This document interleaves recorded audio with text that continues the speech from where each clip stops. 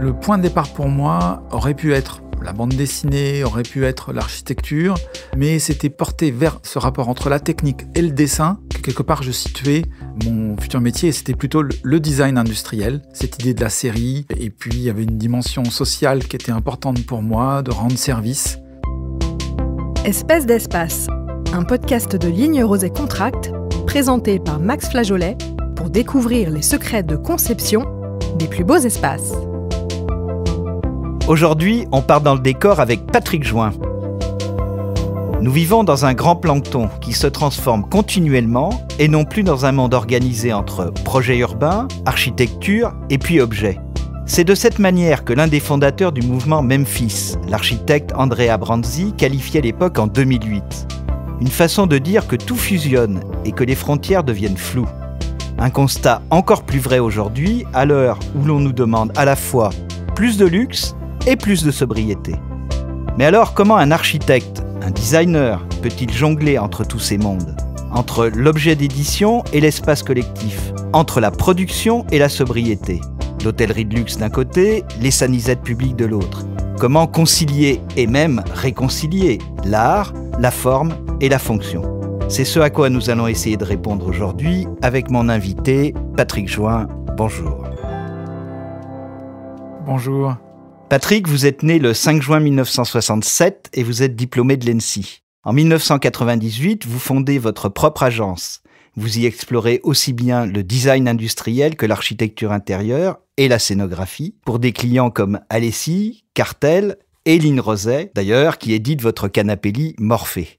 En 1999, vous rencontrez Alain Ducasse et c'est le début d'une longue collaboration, du Plaza Athénée au restaurant de la Tour Eiffel. Puis viennent des projets publics, la gare Lille-Flandre, les Sanisettes de Paris, les stations Vélib. En 2006, vous vous associez avec Sanjit Mankou pour créer l'agence d'architecture d'intérieur Join Mankou. Parallèlement, vous poursuivez avec Patrick Join ID votre activité de designer industriel. Enfin, tout récemment, deux nouveaux chantiers majeurs, le mobilier et la signalétique des gares du Grand Paris Express et le lancement de Patrick Join Édition, une maison d'auto-édition que vous présentez comme un laboratoire intime. Au fil des ans, vos créations sont entrées dans les collections du MoMA ou du Centre Pompidou. Vous êtes officier des arts et des lettres, chevalier de la Légion d'honneur, lauréat du Compas d'or. Et malgré tout, seriez-vous d'accord pour qu'on continue cette interview en se tutoyant, puisqu'on se connaît depuis 20 ans ? Oui, Max. Alors Patrick, revenons sur ton parcours. Tu es né d'une mère infirmière et d'un père ingénieur mécanique. J'ai lu dans plusieurs articles que cet environnement familial a fortement influencé ta vocation. Tu peux nous dire quelques mots là-dessus ? Alors mon père n'est pas ingénieur mécanique. Il a fait des études pour devenir ingénieur, mais il a arrêté. Il faisait ça en cours du soir. Et on va dire la charge mentale pour ma maman était trop forte.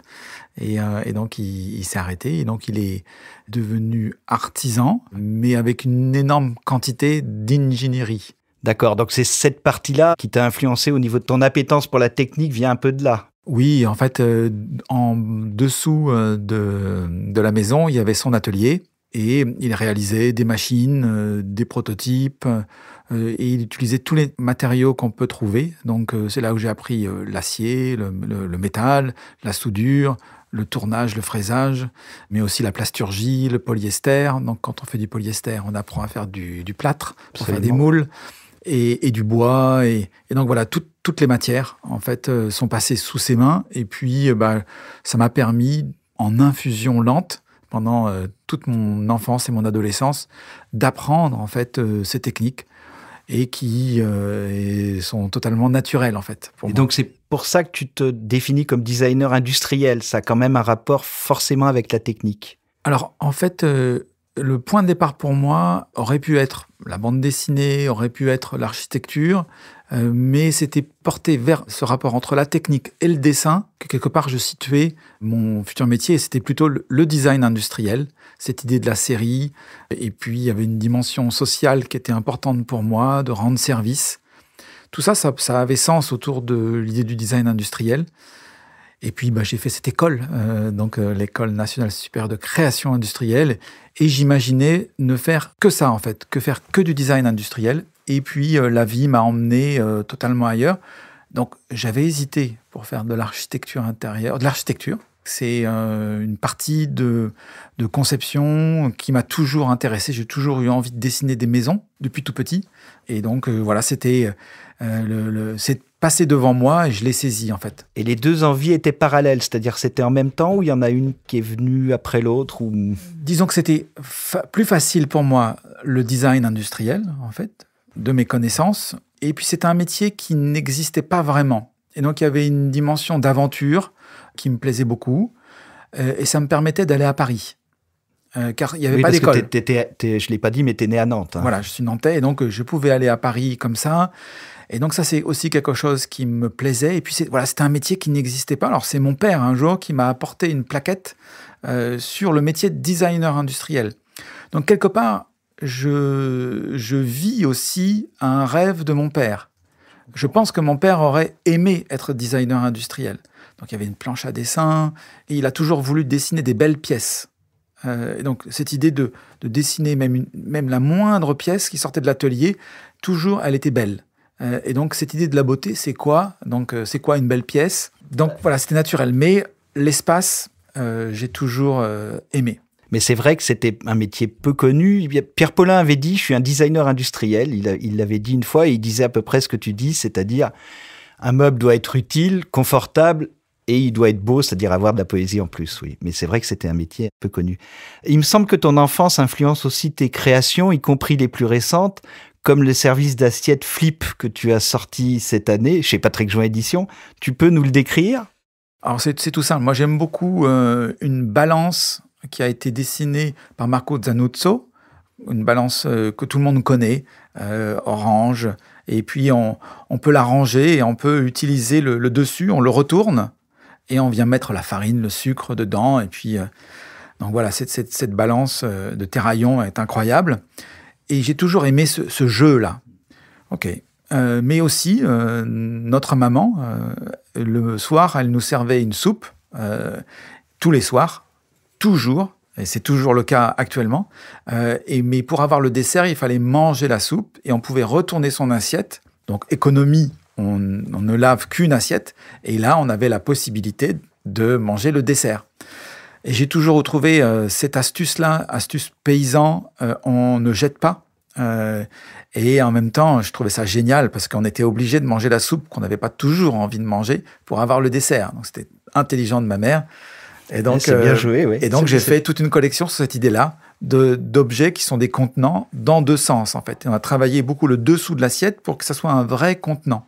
Donc un objet utile et bien pensé peut être plus efficace qu'un long discours en fait sur le thème mange ta soupe. Ouais. C'est ça. Après tes études à l'ENSI, tu as rejoint Philippe Starck en tant que responsable du mobilier industriel, c'est ça ? Oui, alors en fait, on était deux designers. Il y avait Thierry Gauguin et puis moi. Et donc j'ai rejoint Thierry Gauguin et Thierry avait moins d'appétence que moi pour le design de mobilier. Alors j'ai pas fait que du mobilier, j'ai fait aussi des lunettes, j'ai fait des tas d'autres choses, des voitures. Mais c'est vrai que c'est là où j'ai appris par contre le mobilier. Je n'avais jamais dessiné de manière approfondie. J'avais pas de culture en fait très forte en design de mobilier et par contre beaucoup en plasturgie. Et c'est pour ça que Philippe Starck m'a embauché. C'était pour dessiner toutes ces gammes qu'il a sorties dans les années 90 de chaises injectées en plastique. Et là, j'ai appris ce que c'est qu'une chaise et ce que c'est que l'histoire du design. Et donc voilà, j'ai beaucoup aimé. Et donc voilà, Philippe m'a confié beaucoup de choses. La chaise, on dit souvent que c'est l'objet ou le mobilier le plus difficile à dessiner. Tu partages cet avis-là ? Pas vraiment. C'est difficile dans le sens où il y en a eu tellement qui ont été faites que c'est pas facile d'en dessiner une nouvelle en fait. Mais dessiner une chaise, c'est pas très compliqué. Voilà, c'est dessiner mais une nouvelle chaise, une nouvelle voiture, un nouveau verre, une nouvelle fourchette. Voilà, à chaque fois, là, c'est difficile. Alors, je crois que chez Philippe Starck, tu as côtoyé Nathalie Crasset, si je ne me trompe pas. Et je te propose d'écouter ce qu'elle dit au sujet du canapé, qui est une pièce de mobilier emblématique de nos intérieurs. Notre métier en tant que designer, enfin la façon dont je le vis, c'est d'être un peu un anthropologue appliqué. Donc on va regarder la situation et puis on va trouver une intention particulière. C'est pas du tout l'idée de choisir une forme ou un confort, mais c'est aussi prendre position par rapport à ce qu'on dessine. Et en regardant l'évolution du canapé, je me suis aperçue qu'en fait c'est un objet qui a été dévoyé. Avant c'était un objet de salon, en fait, pour discuter ensemble, être ensemble. Et puis d'un seul coup la télé est arrivée. Et donc je me suis dit que c'était quand même quelque chose d'assez intéressant de voir ce phénomène. Nathalie Crasset, le 15 minutes de plus sur France Inter, 24 janvier 2025. Alors dans cet extrait, Nathalie Crasset décrit le canapé comme un objet statutaire. Est-ce que pour toi, la table, c'est un objet statutaire comme le canapé ? En fait, ces objets-là, ils n'ont pas beaucoup évolué. Le corps n'évolue pas beaucoup. Donc la table... les hauteurs quand même. Légèrement. Enfin, on va dire qu'avant, on la mettait à 72. Ouais. Voilà. Et puis après, on est passé à 73. Puis maintenant, on est à 74. Bon, c'est pas énorme. Par contre, elle est le centre de la maison. Et elle est l'endroit où on se retrouve tous. Donc pour moi, c'est vrai que c'est un point central dans la maison. Et on gravite en fait beaucoup autour de cet objet.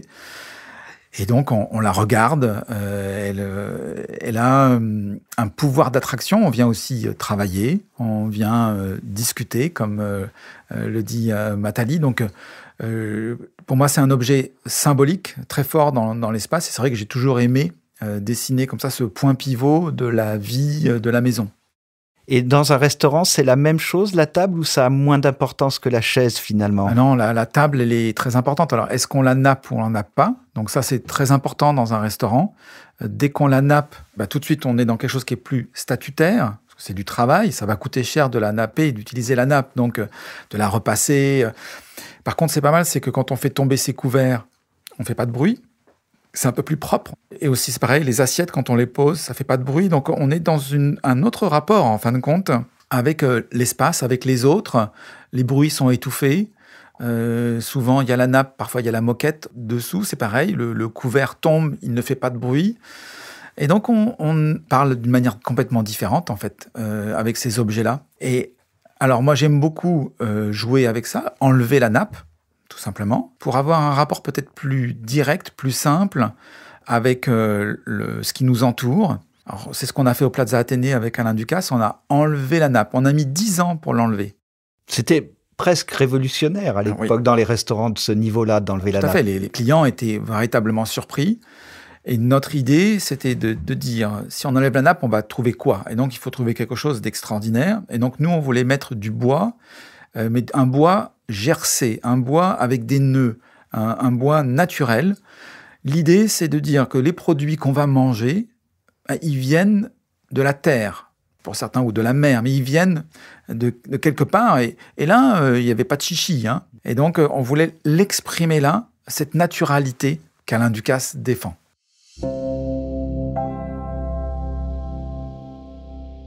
Alors, je reviens sur les canapés. Il me semble que tu dessines plus de fauteuils que de canapés. Ou est-ce que je me trompe ? Alors, et est-ce qu'il y a une raison à ça ? Alors, en fait, on dessine beaucoup de canapés, mais c'est vrai que c'est beaucoup de canapés qui sont des custom, donc qui sont uniques pour des espaces, que ce soit une maison, une boutique, un restaurant qu'on va faire. Donc là, beaucoup de canapés. Peu pour l'édition. Et par contre, oui, beaucoup plus de fauteuils peut-être pour l'édition. Alors, on va en citer un, quel fauteuil loup que tu avais dessiné pour le Mandarin Oriental à Paris, qui après est rentré à la collection Line Roset et Sina, et qui a ensuite intégré plusieurs de tes projets, dont le Salon Air France à Roissy. Est-ce que c'est une pratique courante pour toi de dessiner du mobilier pour un projet et de le mettre à la collection après, ou est-ce que c'est ce cas particulier ? En fait, très souvent, je vais essayer de faire que les espaces que je dessine reçoivent le mobilier que j'ai dessiné. Alors, c'est pas une question d'ego, peut-être. En tout cas, j'arrive pas à le voir comme ça, mais c'est plutôt de réussir à tenir une ambiance d'une manière cohérente. Et donc, entre le dessin de l'espace, la lumière, les objets, les matériaux, les formes, cette ambiance, j'essaye de créer une sorte d'harmonie. Et donc, j'y arrive en utilisant, on va dire, tout ce qui est à ma portée. Naturellement, je vais dessiner le mobilier. C'est rare que ce que je vais dessiner custom va rentrer en collection parce que ce sont un petit peu deux histoires différentes. Tout simplement, ce qu'on va faire pour un projet unique va être souvent plus complexe que ce qu'on ferait pour de l'édition. Donc le fauteuil-loup est un peu une exception d'une certaine façon. Exactement. Mais quand je l'ai dessiné en imaginant que ça serait un objet qui serait industrialisé après, édité par vous. Et donc, il y avait déjà une recherche par rapport à la marque. Les histoires se sont rencontrées, elles étaient assez logiques. Et est-ce qu'il y aurait l'idée d'une possibilité comme ça de faire évoluer un projet, un produit, un siège, celui-là ou un autre, que tu aurais dessiné il y a 10 ou 15 ans, et d'en faire une version plus contemporaine parce que les usages auraient changé ou que ton goût aurait changé ou que... Oui, alors c'est vrai qu'on n'a pas toujours... Est-ce que ce soit pas une réédition pure et simple? Non, de toute façon, ça peut vraiment jamais l'être. À chaque fois, il y a le regard de l'éditeur, de l'industriel sur l'objet qui a été dessiné, le bureau d'études, et puis le marketing, et on commence à rentrer quelque part dans le détail de l'objet, et puis il évolue, heureusement. Et surtout, s'il s'industrialise, eh bien, il va utiliser tout ce que la capacité de l'industrie permet. Et donc, moi, ce sont des opportunités. Et on va réussir à faire un objet, normalement, qui sera beaucoup mieux. Un objet qui est industrialisé, normalement, il est mieux que s'il n'y en avait qu'un. Donc, ça, c'est le principe. C'est le principe, absolument. Alors, on parlait du mandarin oriental. On va rester dans les hôtels. Tu es plutôt carte ou clé pour rentrer dans la chambre? Alors, ça fait bien longtemps que je n'ai pas utilisé une clé. Donc, je pense qu'on ne m'a jamais posé cette question. Tu ne te poses plus la question, tu prends la carte. La question. Et si tu avais la liberté de faire un hôtel, tu proposerais plutôt la carte ou la clé? Je pense que je proposerais la carte. En tout cas, c'est la légèreté, pour moi, qui est important, et le fait que ça ne prenne pas beaucoup de place. Et j'ai l'impression que les cartes, je les perds moins que les clés.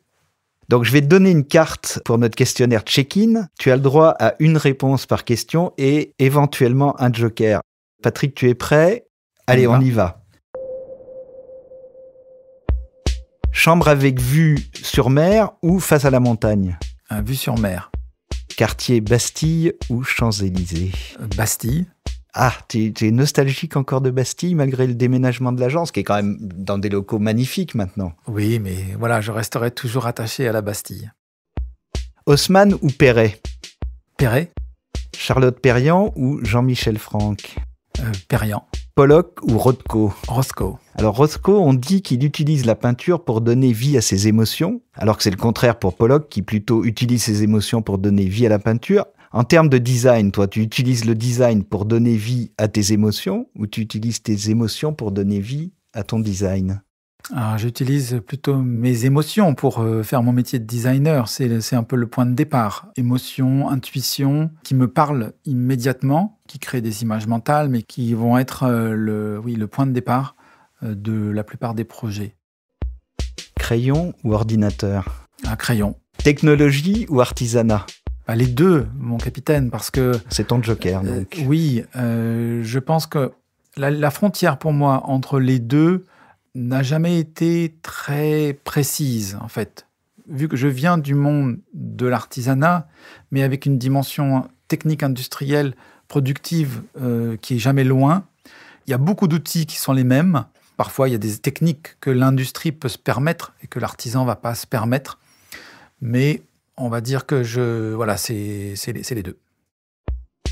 Vélo ou scooter? Alors, scooter. Alain Ducasse ou Pierre Hermé? Je ne peux pas répondre à cette question, c'est impossible. Donc je te donne un deuxième joker exceptionnellement parce que c'est toi. Merci beaucoup. Marrakech ou Tokyo? Tokyo. C'est très bien, tu t'en es très bien sorti et j'espérais que tu allais dire Tokyo parce que ça tombe bien, on va partir pour Tokyo. Tu es chargé de la rénovation des chambres d'un hôtel mythique qui est le Park Hyatt, qui a servi de décor au film Lost in Translation de Sofia Coppola. Est-ce qu'il n'y a pas une pression particulière à s'emparer d'un tel lieu qui est devenu, grâce au cinéma, une sorte de monument de l'hôtellerie, presque fantasmé en réalité? Non, c'était compliqué, bien sûr, parce que c'est mythique. Et au Japon, on peut imaginer ce que ça veut dire.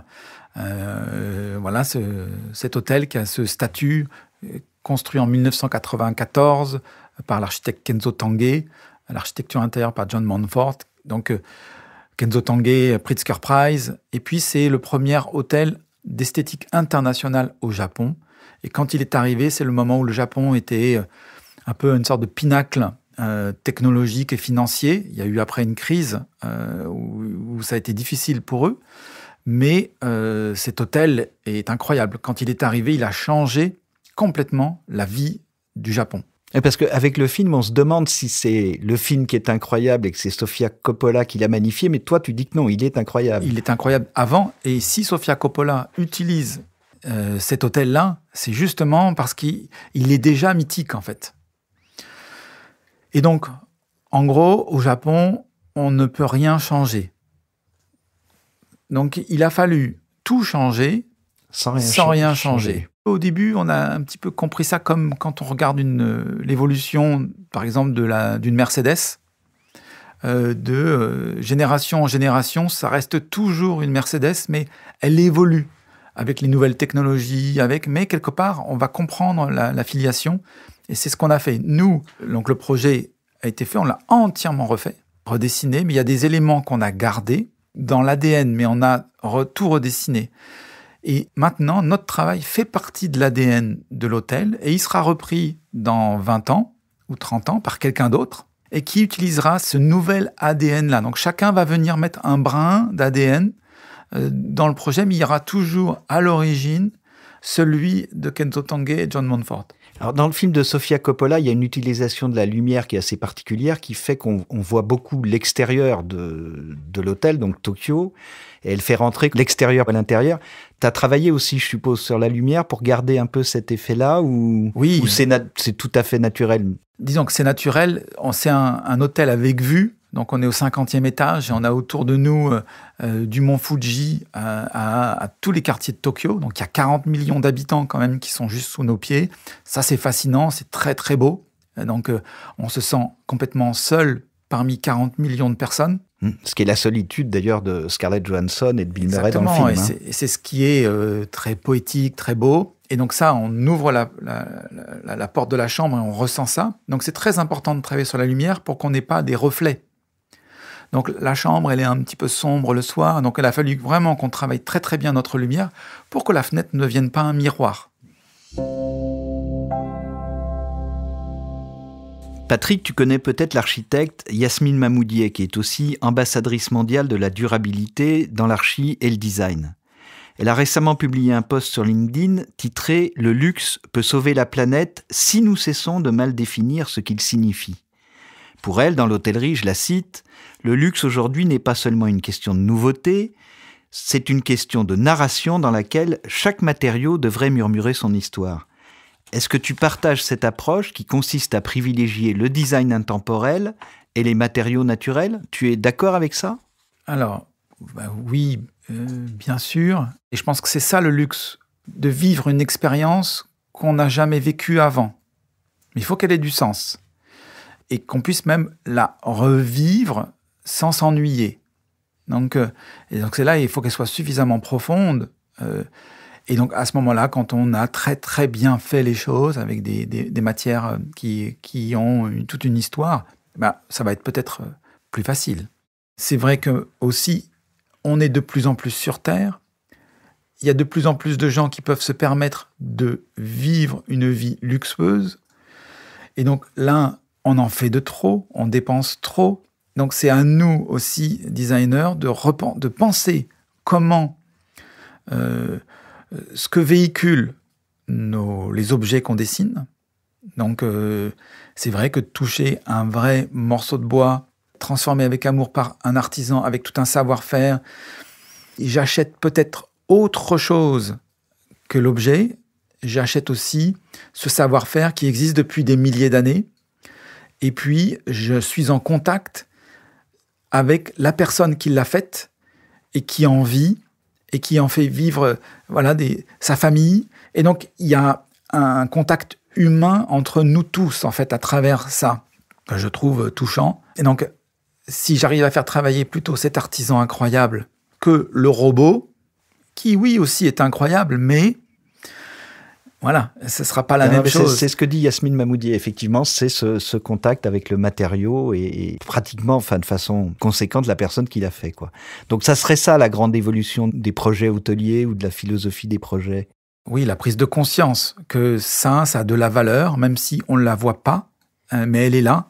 Et donc, c'est à nous de la comprendre. Donc, c'est aussi à nous, designers, de réussir à la révéler à celui qui ne connaît pas, mais qui va toucher, regarder, il va comprendre qu'il vit un moment qui est spécial, qui a une qualité. Peut-être qu'il ne va pas le comprendre tout de suite, mais il va comprendre qu'il y a quelque chose que ne lui apporte pas l'objet qui est fabriqué par le robot. Alors, je pense que le client de l'hôtel peut le comprendre, mais l'hôtelier lui-même, ils arrivent à comprendre ça, les hôteliers, plutôt que l'effet un peu waouh, instagrammable. Tu sens une prise de conscience, là, quand même, là-dessus. Ce qui est très important pour les hôteliers, c'est la pérennité.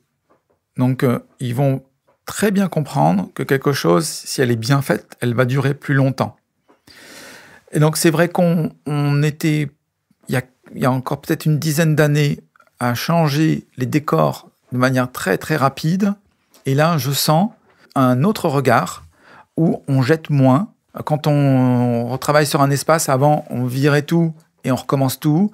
Et là, maintenant, c'est plus pareil. On commence à regarder ce qu'on va garder. Et donc, tant mieux, parce que parfois, moi, j'ai vu des décors que j'ai pu dessiner, produits qui sont incroyables, qui ont été jetés ou vendus aux enchères, dispersés en fin de compte. Vendus aux enchères, c'est un moindre mal presque. Oui, mais quelque part, le travail que j'avais fait, il a été dispersé. Donc ça, c'était pas facile. Ouais. Mais de faire des choses qui vont durer plus longtemps. Donc ça, je l'espère, même si ça fera qu'on aura moins de travail. Un autre travail. Oui. Une approche différente, une philosophie des projets différente.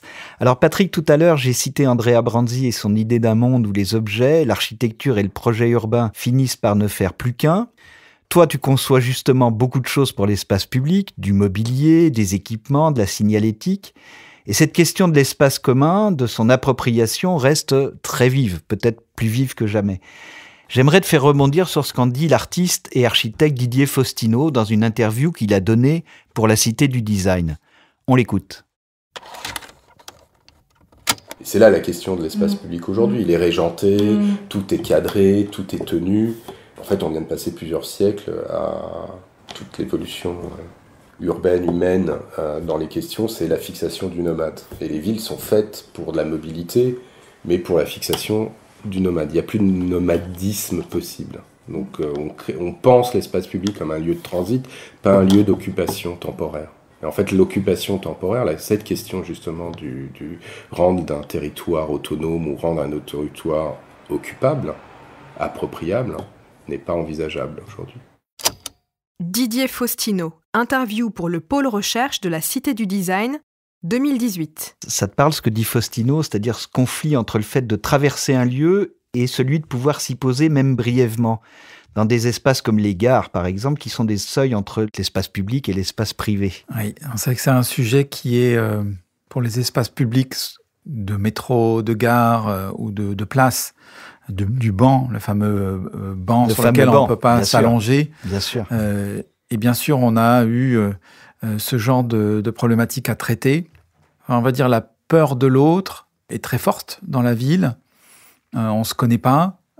Donc c'est peut-être là où est le souci, en fait, c'est que on se connaît mal, on a peur des autres, et donc on voit quelqu'un qui est sur le banc allongé, on n'a pas envie de s'approcher, on trouve qu'il occupe l'espace d'une manière, il s'approprie l'espace, et donc je me sens en danger.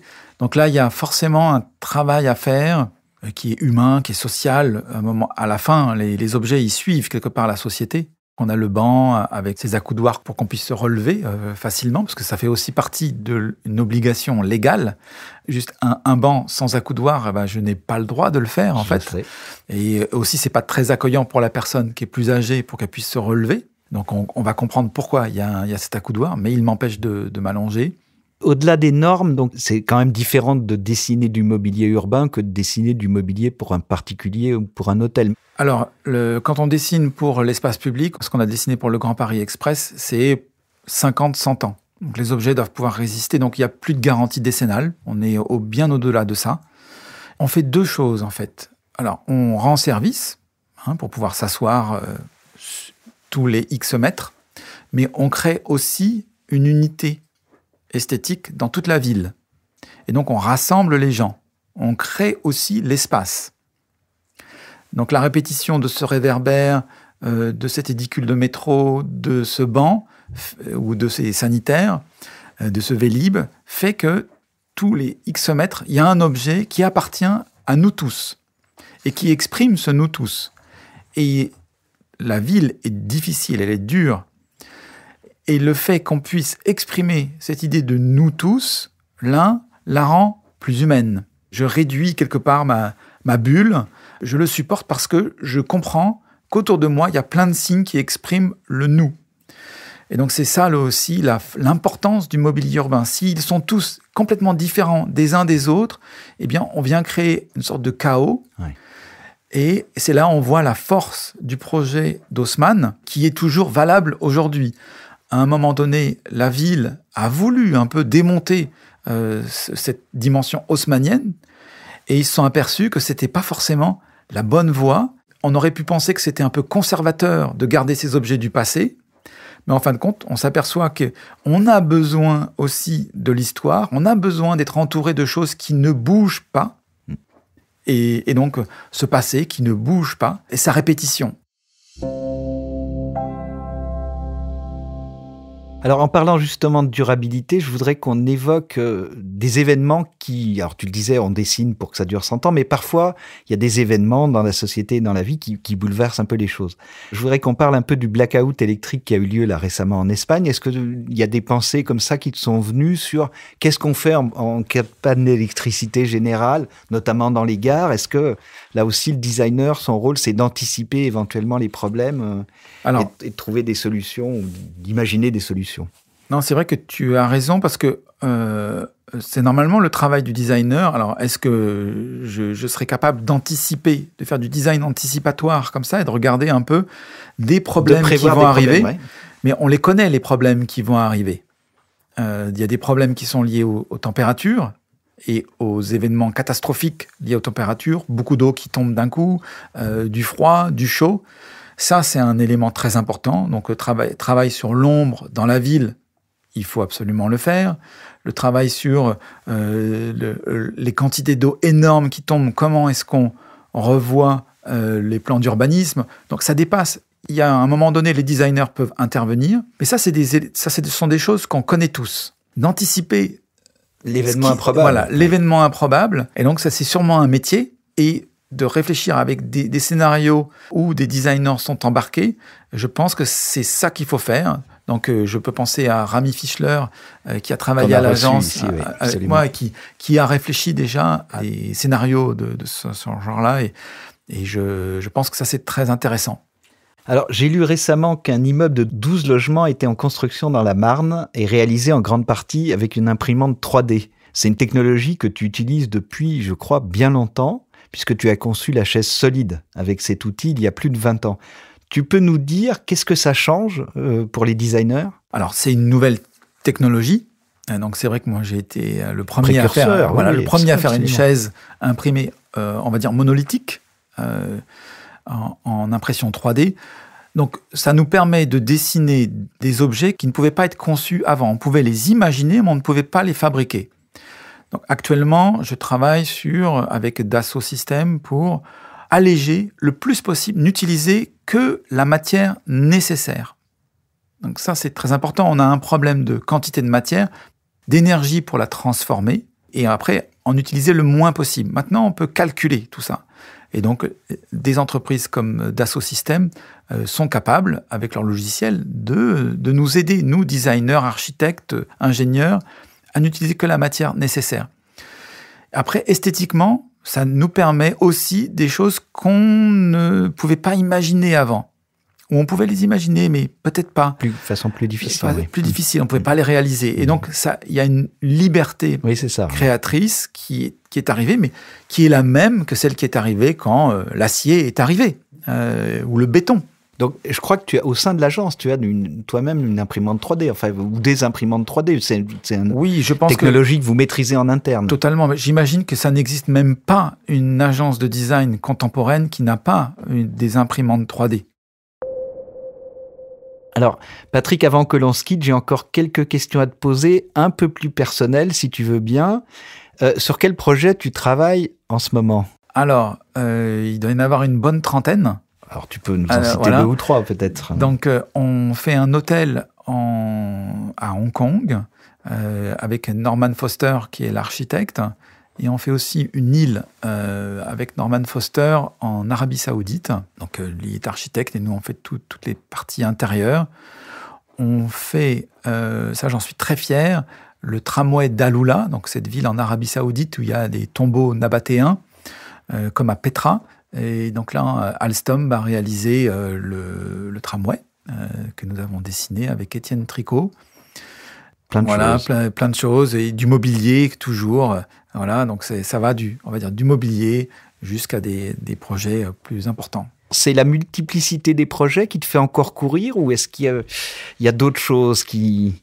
Alors je rêve... Donc tu rêves, exactement, oui. Oui, je rêve de faire une maison complète. Alors on a déjà fait des maisons, architecture intérieure, mobilier, de tout faire.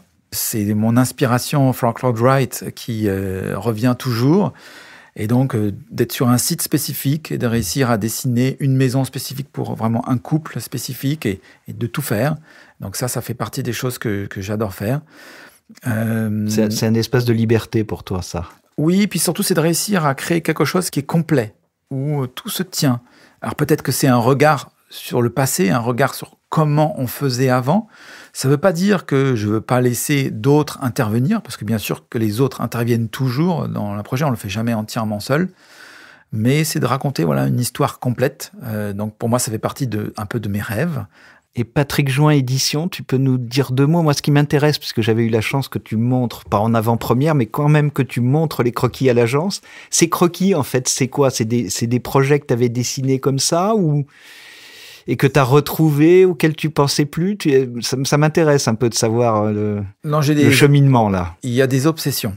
Voilà, il y a des formes qui sont des obsessions. Donc, il y a un travail sur la peau, la finesse, le plein et le vide, donc notamment sur ce fauteuil. Et ça, ce sont des choses que je dessine.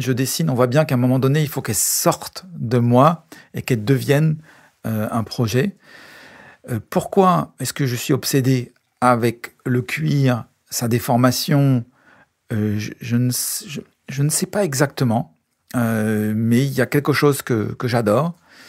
Et donc, j'ai envie de travailler là-dessus. Et donc, à un moment donné, il faut le dessiner. Et comme personne ne va véritablement m'accompagner, un éditeur, ou sur une démarche un peu pointue, un peu radicale, c'est à moi de le faire. Et donc, je me suis dit, j'ai des connaissances, et on a des amis artisans extraordinaires.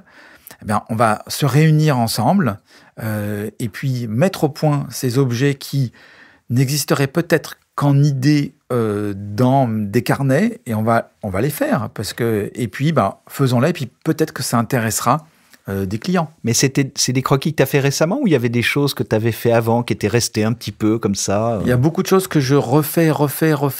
Donc en fin de compte, je l'ai fait depuis tellement longtemps. Après, ça vient aussi rencontrer un autre espace de travail qui est la peinture ou le dessin. Alors moi, je suis un peintre du dimanche. Alors, je dessine bien sûr tous les objets que je fais, mais j'aime beaucoup faire de l'aquarelle. Et puis aussi le travail sur la matière, sur la couleur. Mais c'est quelque chose que je fais rarement, en fait. Et donc là, l'idée, ça a été de rassembler un petit peu des idées que je ne développe pas vraiment, mais un peu, sur la couleur, sur la matière, et les faire rencontrer mon travail de forme de design industriel, et que les deux ne fassent qu'un, que 2 choses que j'aime ne fassent plus qu'une. Et ça a été la collection de tables qu'on a faite pour l'auto-édition. Alors, ce podcast est écouté par beaucoup de jeunes archis et archis d'intérieur. Si tu devais leur donner un conseil, ça serait quoi? Ou designer, je dis archi et archi d'intérieur, mais ça peut être designer aussi. Alors, c'est pas facile les conseils, parce que c'est plutôt moi qui en ai besoin. Non, c'est vrai, on a toujours besoin de ces discussions.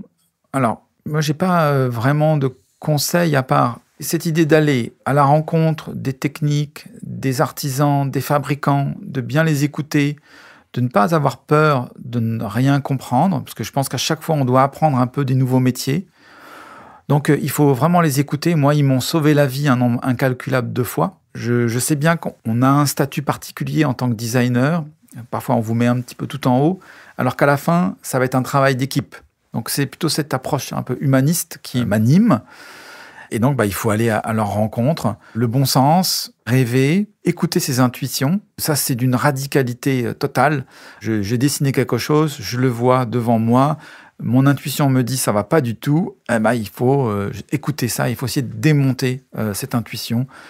Et donc ça, c'est comme ça que je fonctionne, en fin de compte, depuis le début. Eh bien, merci Patrick pour ces suggestions. C'est déjà la fin de cet épisode. Merci d'avoir accepté de nous ouvrir ton espace intérieur, en quelque sorte tes carnets de croquis. J'espère que cet épisode aura permis de mieux te connaître, car nous sommes beaucoup à être sensibles à ton approche du design et à tes créations. Chaque mois, dans Espèce d'Espace, je reçois une personnalité pour découvrir les secrets de conception des plus beaux espaces. Je suis Max Flageolet, directeur de Ligne Rosé Contract. Vous trouverez en description toutes les informations pour me contacter, ainsi que les références citées dans l'émission. On se retrouve le mois prochain. En attendant, ne manquez pas les prochains épisodes. Abonnez-vous, laissez-nous un commentaire et 5 étoiles sur Apple Podcast ou Spotify. Allez, salut! Merci beaucoup, au revoir.